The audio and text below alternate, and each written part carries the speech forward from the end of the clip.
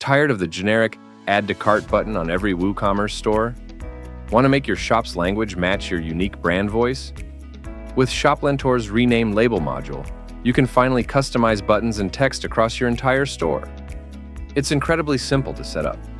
First, navigate to your WordPress dashboard. Go to ShopLentor, Settings, Modules.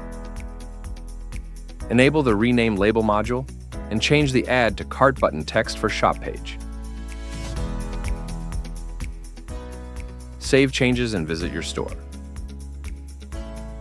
Now, reload your page. As you can see, the button text has been updated instantly. You can also change the text on the product description, reviews, and additional information tabs, and even the Place Order button.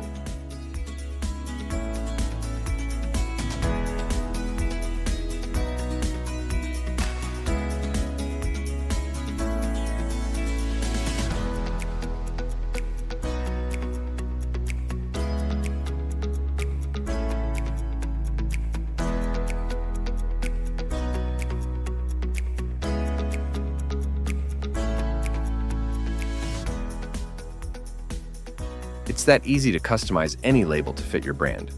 Ready to make your WooCommerce store truly your own?